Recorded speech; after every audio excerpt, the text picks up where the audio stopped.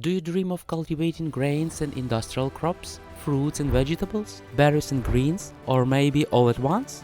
Do you inspire to become a guru in the field of agriculture? Do you want your dreams to come true and get a bountiful harvest? In this video, you will learn about the secret ingredient that makes it all possible. The key that will help you gain the knowledge foundation that will accompany you throughout your journey. You must know these if you have your own land for growing.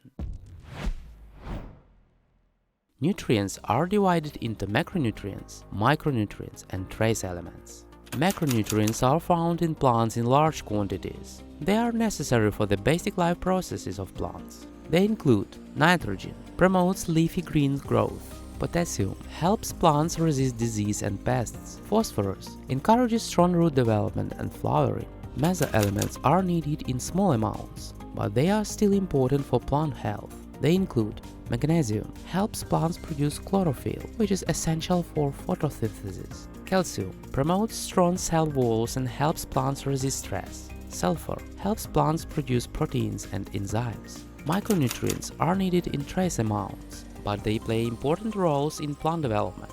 They include boron, aids in pollen tube growth and fruit development.